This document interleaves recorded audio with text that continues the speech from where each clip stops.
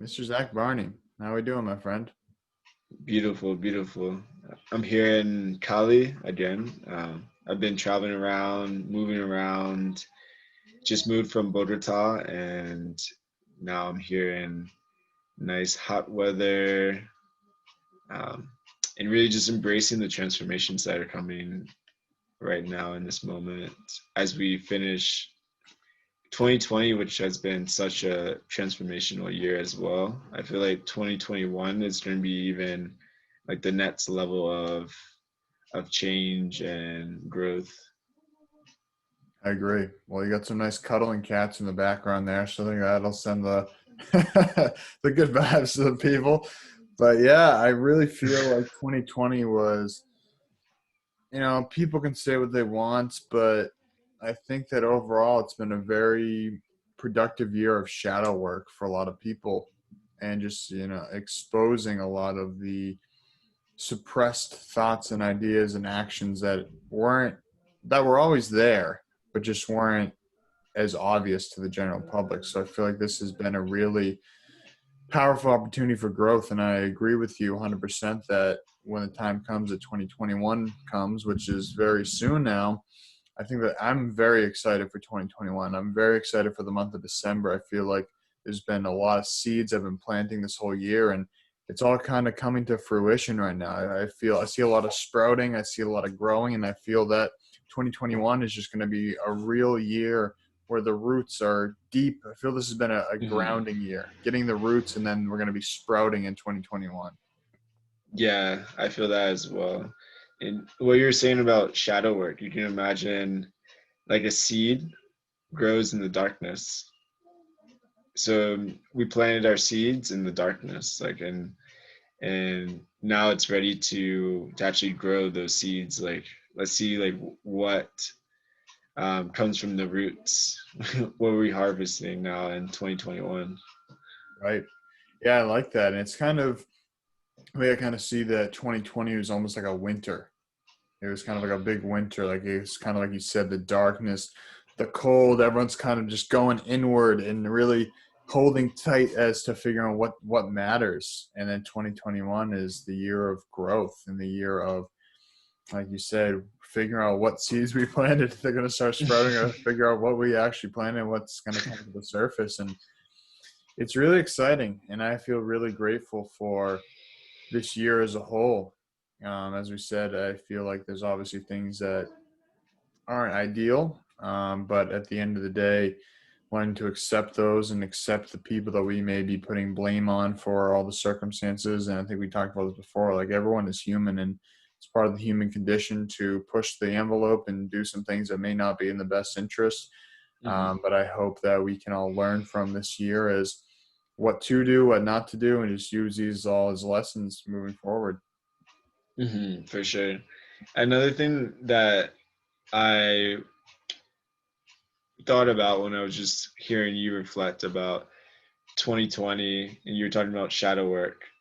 For me, a lot of my work and ceremonies with ayahuasca have revealed that on a more deep level of like what is the shadow and what is my own shadow and how does that look in the world, but also what does the collective shadow look like and how can we transform and use it as a way to like make change on earth. And that's something I just reflected on, and the fact that you're saying that December is kind of like we've been waiting the whole year for basically December and like to go into a new year, a new cycle.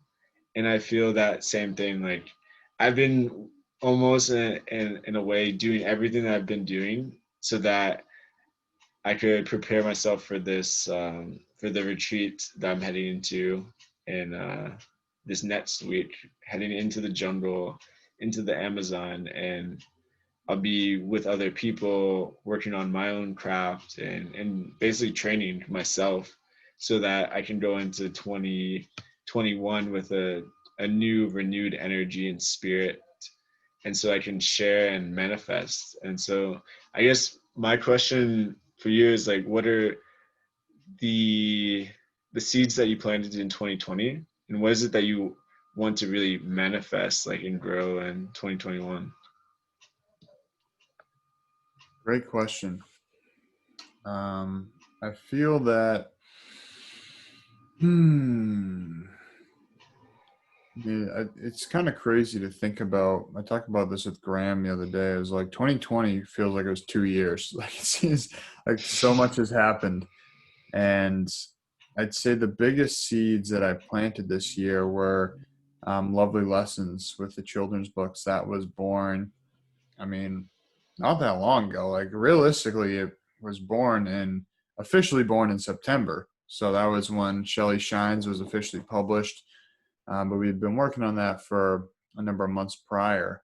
But that was kind of a big seed was Lovely Lessons. It's a whole nother business. It's a LLC, Lovely Lessons LLC. So that's a new business that's was created this year. I feel like my podcast is also another seed that I started it November 2019, but I kind of took a break, and then it was when COVID happened that it allowed me to really focus more on that, gave me some more time. So that was a new seed that was kind of neglected that has now been revived and focused and really enjoying the podcast. And I feel like it's gaining a little bit of momentum. Obviously, it'd be nice to have a little more momentum, but I feel the momentum is growing at that. And then with my Purium business has just been like when I really reflect on where I was a year ago with my business, it's completely different. Like at that point a year ago, this was just, getting me an extra few $100 a month, at like $300 a month, $400 a month at most. And now here we are a year later, and it's on the verge of being able to pay for all my bills. And that's pretty cool.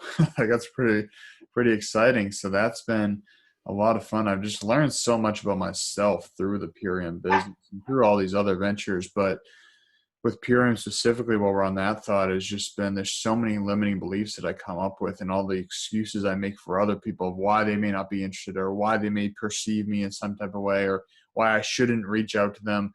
But at the end of the day, it's made me really recognize that if I'm not loud about what I have to offer, if I'm quiet and holding to myself, it's like I'm not helping anyone. And even if I get a lot of no's, I'm going to get a lot more yeses by being a little bit more loud.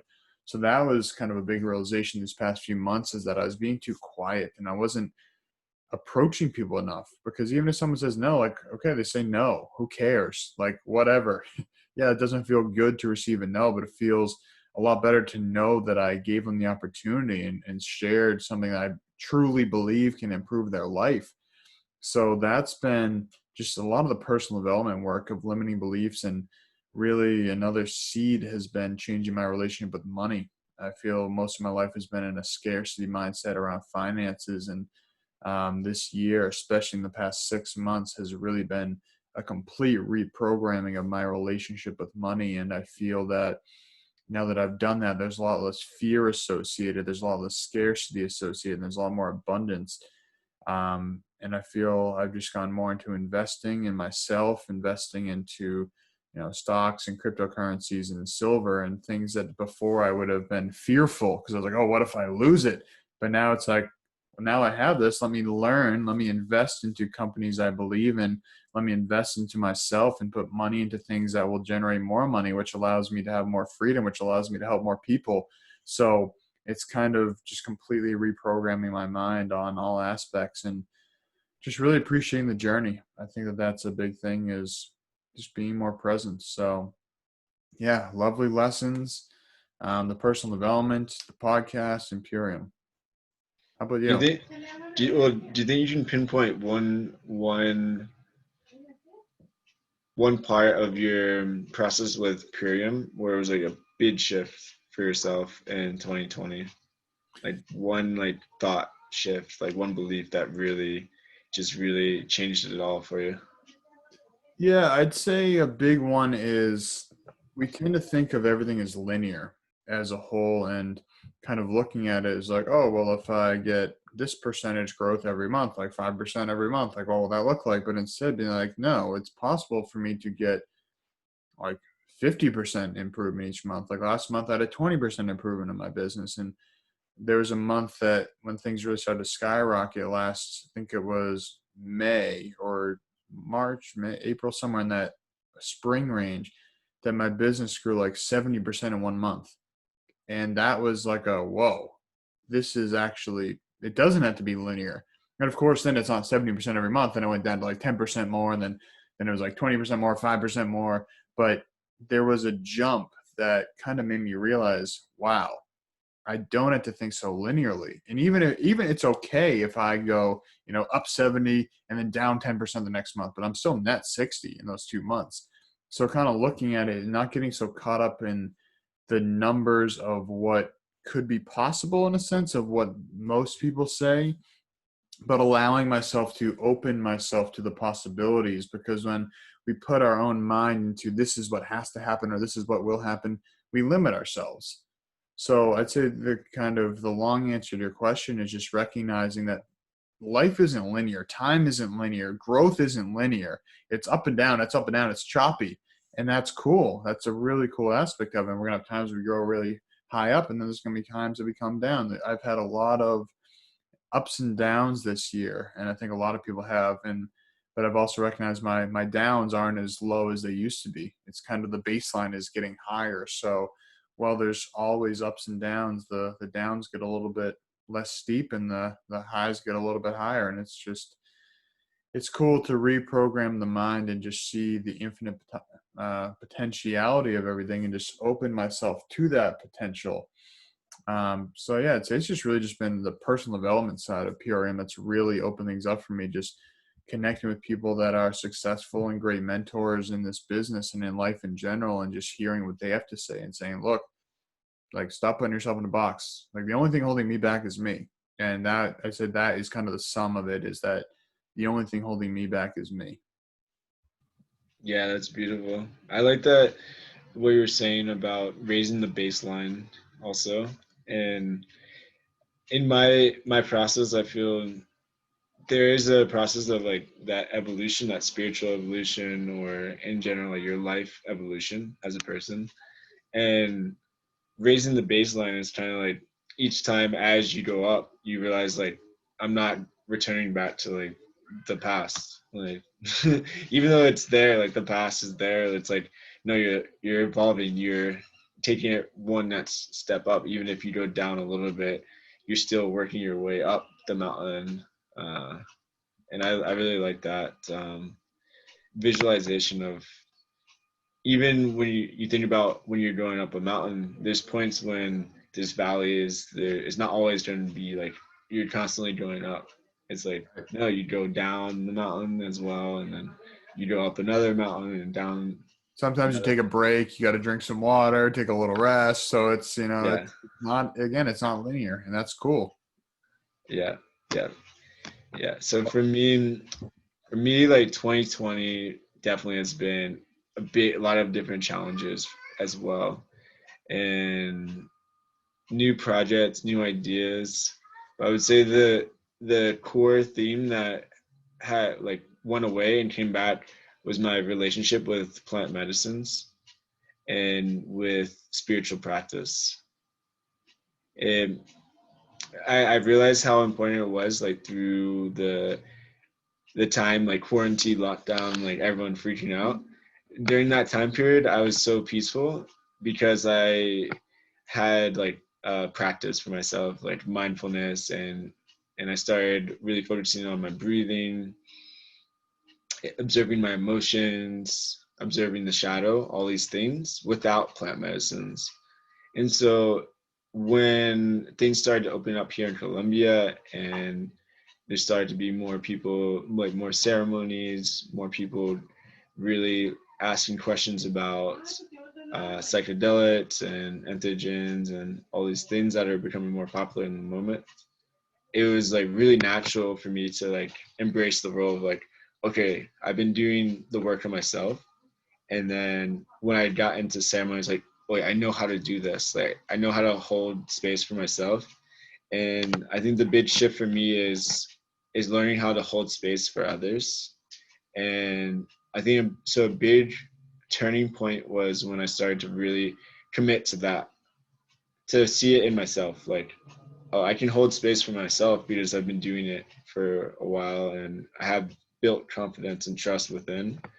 And now I see it as like, the more and more I meet people, I see that they have trust with me as well, because I've done the work. Like I've done the work to create that inner confidence, like self-confidence. And I think that's going to be the biggest shift for me going into 2021, is like holding space for others. Wow, that's awesome. And I'd love to hear what was the major theme from your plant medicine journeys. Was there an overarching theme that kind of linked all these different experiences together? Mm, yeah, the big theme that keeps coming back, that so my teacher, like they call it like taitas, like shaman, he keeps telling me like the big, and this theme that keeps coming back through the medicines, like finding your center. And also in mindfulness and meditation, it's the same thing. In life, it's like no matter what happens, you could be in the midst of chaos, or you could be in calm waters. Like you could be in a storm, or you could be in paradise. No matter what, don't lose it. Like just find your center, find like equanimity in whatever moment that you're in, because it's all changing. And so that's been like a really key theme, is like find your center. What is your center? Ask yourself, what is your center? And for me, we've had these conversations too. And the more and more I come back to it, it's like my center is like gratitude. It's my core values, coming back to self-love. And I really feel that every time I lose track and lose momentum, just come back to that center. Like, okay, take care of myself, find gratitude, reaching out to family, to friends, and it's expressing that gratitude. And it's so crazy how when I do that and come back to that place, how I just feel so abundant.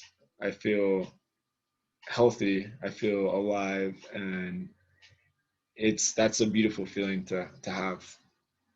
It is a beautiful feeling to have, and I'm glad you said that, because that's definitely been a big theme of 2020 as well, is gratitude. And I feel that before this year started, I'd read about gratitude, hear about gratitude, know that it's important, and kind of know like, oh, it would be good to do that. But to me, it kind of felt more of almost like a personal development kind of hack, in a sense that, it was cool, but couldn't make that much of a difference. Just kind of something that is a tool. But this year has really forced me into gratitude for what I do have. And now I feel it. Now it's not up here. Now I can feel it in my body, that even when you were speaking, just kind of closing my eyes and just feeling the gratitude for, these conversations we have, feeling the gratitude for this whole year, just the gratitude for life in general. I just feel this, I don't even know, this energy in my body it's potent, and it feels really good and it's really nice. And gratitude is a powerful tool. And to anybody who's listening that was is or may be still in the place where I was, where I kind of thought, oh, gratitude's cool, but like, I don't know how powerful it is, or yeah, whatever. It's really truly incredible. And that's something that hanging out with Eddie and Jordan, my two best friends out here for Ice and Iron co-founders, is we all express a lot of gratitude, and now it's become normal. And it's funny because sometimes with people that don't hang out with us as much, we're expressing a lot of gratitude, and some people are like, whoa, like easy, like tone it down a little bit. Like sometimes we can just be so grateful because there's so much to be grateful for. It's like, for me now, it's just easy to find the things to be grateful for. And some people are like, dude, like Jesus, like it's just kind of like a tsunami of gratitude that some people are uncomfortable by that. And sometimes I forget that it was like not even a full year ago, I was in that same place where I was kind of uncomfortable with an immense amount of gratitude because I wasn't finding that in myself. So that's also been an interesting lesson, that we can change so much in 1 year. And of course, a lot of that is the building blocks of the past many years that's led up to me being able to open myself to gratitude. But the major shift really happened this year, and it's the words can't really describe it. It's a very powerful force, that gratitude. Yeah, it made me reflect on another thing, like the concept of community, like how you were talking about your ice and iron, and with Jordan and Eddie, and it feels like in that community, the norm is gratitude, Right. and we don't think about this, but our environment really in our tribe really shifts the way we think and the way we live and feel. And so I was reflecting on this when I lived in Brazil. It was normal. At first, it was like not normal for me. But in one of the communities I lived in Brazil, it was normal for us to like hug each other, like express our gratitude, like expressing our love, like making meals and doing all these things together. It was like so normal. Like, and but then I realized as I left that place how unnormal it was. Right. But and now I'm like, wait, I changed. Like I wasn't that way. Like it was normal for me at one time to just be like hugging a lot of people and to really expressing my full, like, full gratitude and serving others and serving community. It was just so natural, and it felt so good. Like it felt so healing to be in that vibe, like that frequency. Totally. And then I realized that like I lost that a little bit through my journeys and like going to different places. But I can at any point like choose to make a decision to like, hug someone and like express my gratitude, or express like appreciation and love and all these things. It doesn't depend on where I'm at and the cultural like norms, Right. and that I can create my own culture wherever I go, and I don't have to follow like other people's like rules or cultural norms. So that's something that I'm starting to is coming back to me, because for me it made such a big difference when you're in a community of people, no matter who it is you're with, but you have like physical contact, like you're able to hug someone, like hug a friend, or say thank you, really say thank you, like from a deep place from the heart, and or say like, say I love you, but from that deep heart center, like really feeling it, and to have like different conversations as well that are really intimate, and to do those things together.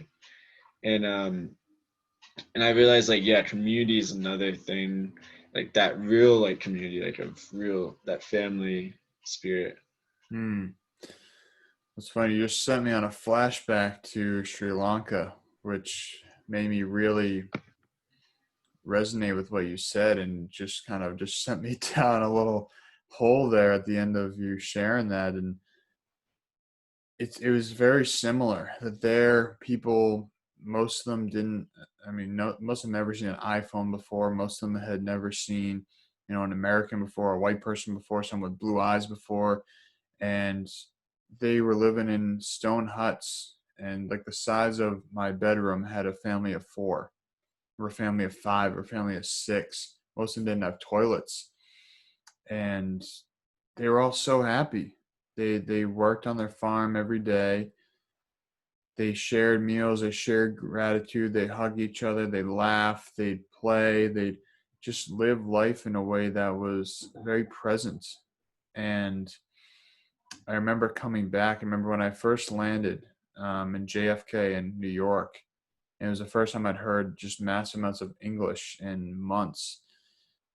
And I remember being very overwhelmed and recognizing everyone was complaining, everyone was stressed, everyone was rushing, everyone was focused on the flight they had to make. There was no presence, there was no gratitude, there was no calm, there was no happiness, there was no play. And of course, I'm exaggerating to some degree, but that was the theme, was just chaos and stress and complaining. And I remember just being in the airport waiting and just like watching and listening and be like, holy shit, like this is what's normal over here.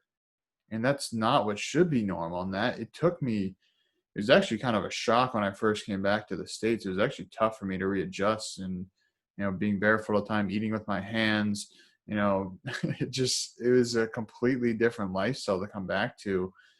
And to the point where I spent a few months here, then actually went to live in a cabin in the woods by myself, working on a farm for 6 weeks in Western Mass. And just to kind of get out of the hustle and bustle, like I needed to just go back to that place of solitude and grounding and farming. And it's really shown me, like you said, that there are so many powerful tools to learn from other cultures. And I think that that's one thing that I feel so grateful for, just in the time that we have grown up and the opportunities that we have to travel to meet other cultures and to take pieces of what they do and implement it in our own lives. And just recognizing, materialism is cool. Like there's a lot of cool things. Like, it's cool to have this computer right now. It's cool to be in this house right now and have these awesome house plants behind me.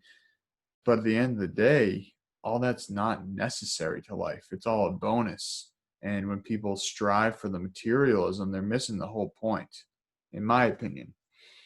So I just want to continue the gratitude train, just express my gratitude for all the different cultures we have, all the different teachers we have, all the elders we have, all the communities we have, and just that allow us to live this life where we can learn from them and implement things to make our own lives better and improve the lives of others. It's just a truly spectacular opportunity that